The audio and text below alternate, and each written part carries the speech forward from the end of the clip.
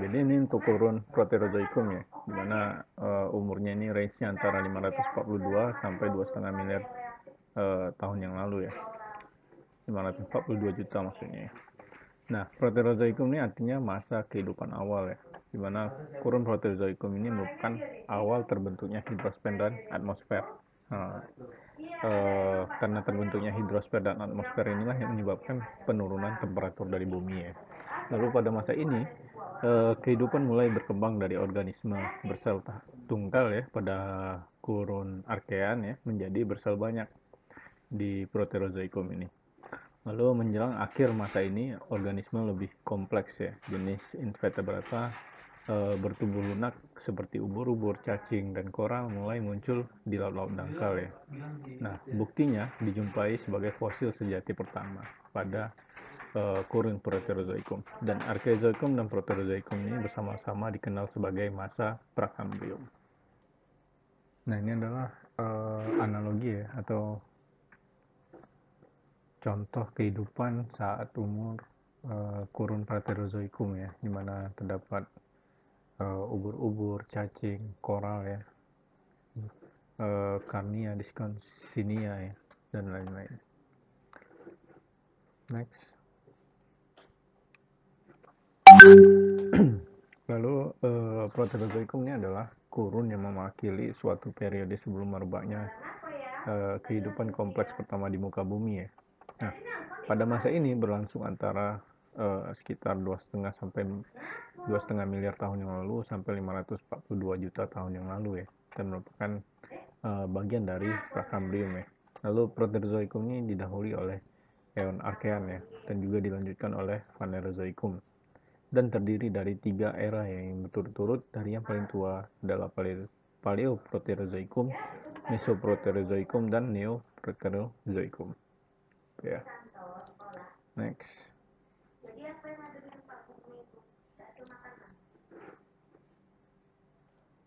Oke, untuk kurun Proterozoikum ini dia dibagi ke dalam 3 masa ya.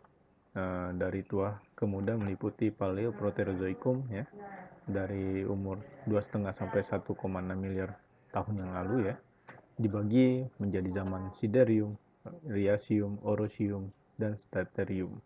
Lalu yang kedua Mesoproterozoikum ya, antara 1,6 sampai 1 miliar tahun yang lalu, dibagi lagi menjadi zaman Kalimium, Ekstasium, dan Stenium.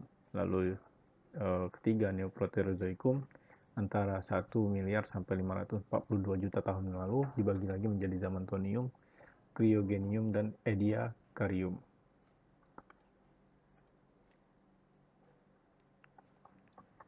Lalu untuk penetapan skala waktu kronostratigrafi ya pada umur Prakambrium bermasalah.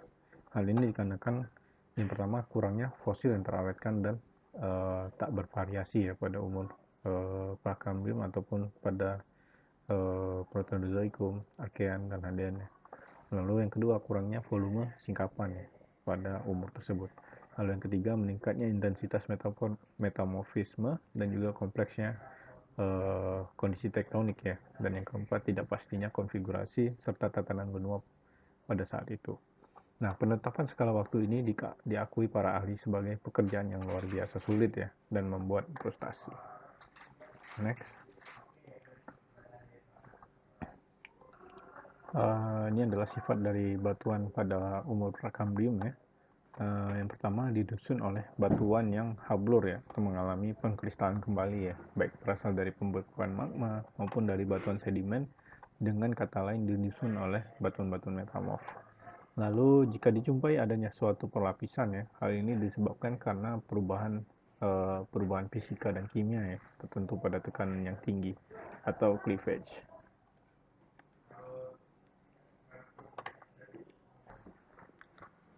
Selanjutnya singkapan batuan Prakambrium ya. Jadi singkapan batuan Prakambrium di muka bumi ini sangat terbatas ya. Hal ini dikarenakan yang pertama ini semenjak terbentuknya tidak pernah tertutup lagi oleh sedimen-sedimen yang lebih mudah, sehingga batuan berumur Prakambrium ini terekspos seperti itu ya, sehingga akan mengalami erosi ataupun proses pelapukan. Lalu yang kedua, sedimen-sedimen yang lebih mudah telah lenyap karena erosi, sehingga apabila batuan yang mudah sudah tererosi, maka batuan berumur prakambrium ini akan hilang juga karena adanya proses erosi ya. Nah inilah yang menyebabkan singkapan batuan berumur prakambrium ini sangat sulit ditemukan atau sangat terbatas ya. Selanjutnya adalah kesan-kesan kehidupan dalam umur prakambrium ya. Berikutnya adalah Colinia frequens ya, yang merupakan ganggang pembentuk gamping dari zaman prakambrium ya, yang ada di Montana, Amerika Serikat. Nah ini menurut Moore dalam Cattili 1965 ya. Lalu selanjutnya ini adalah cyanobacteria. Cyanobacteria ini adalah organisme bersel tunggal ya, yang diperbesar menggunakan mikroskop ya. Lalu ada Ediacara ya. Nah, untuk Ediacara ataupun Ediacarum ini sebenarnya adalah periode di geologi ya, di periode ketiga dari era Neoproterozoikum ya, yang berlangsung sekitar 635 sampai 541 juta tahun yang lalu ya, jadi batas sebelum dari Kambrium ya. Nah, organisme yang hidup pada Ediacara atau Edicarium ini adalah Dickinsonia ya, dimana Dickinsonia ini adalah organisme yang berbentuk seperti tabung ya, ataupun seperti daun. Ini adalah contoh dari fosilnya ya.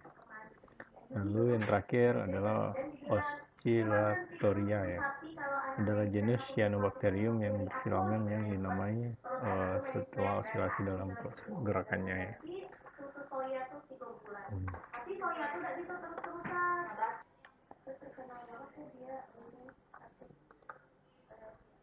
Oke, untuk materi hari ini cukup sampai di sini dulu. Saya lanjutkan lagi untuk penjelasan tentang Kambrium. Terima kasih. Assalamualaikum warahmatullahi wabarakatuh.